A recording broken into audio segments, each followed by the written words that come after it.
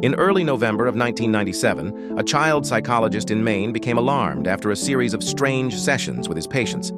It began with one boy who spoke about an imaginary friend named Mr. Smile.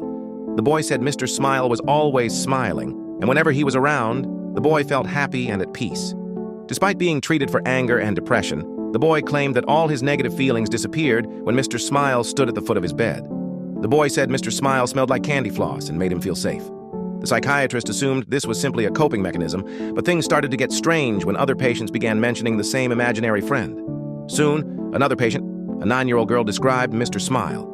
Then, a 7-year-old boy, a 12-year-old boy, and an 11-year-old girl all began speaking about him. Eventually, around 15 children spoke about the same friend, all describing him in the same way. The psychiatrist grew increasingly concerned. The children, despite being from different backgrounds, all shared the same description of Mr. Smile. He never spoke, only stood there with a smile on his face. The psychiatrist knew these children couldn't have coordinated their stories, especially since some were homeschooled and rarely left the house.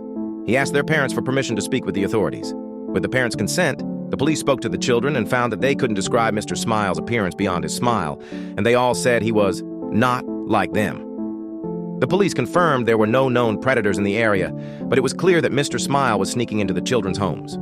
The children couldn't explain how he got inside. They just woke up to find him standing at the foot of their beds. Some mentioned hearing him sing a lullaby, but not in English, and it made them feel safe. The psychiatrist decided to ask the children to draw Mr. Smile. Each child colored the entire page red, insisting that it was a picture of Mr. Smile.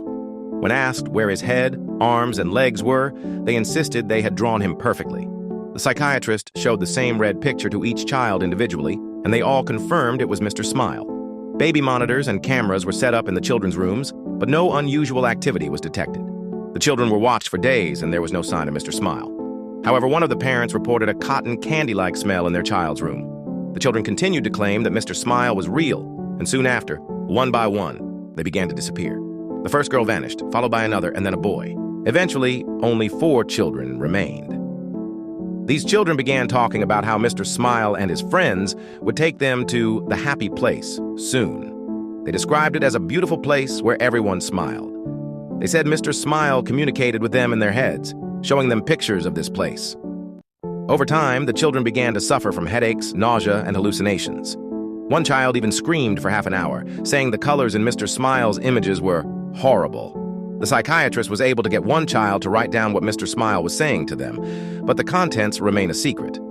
As weeks passed, the children stopped sleeping, sitting up in bed with wide, unblinking eyes. Some even began speaking in an unknown language. By 1999, all 4 children had vanished without a trace, just like the others. No evidence of foul play was found, and the disappearances remain unsolved to this day.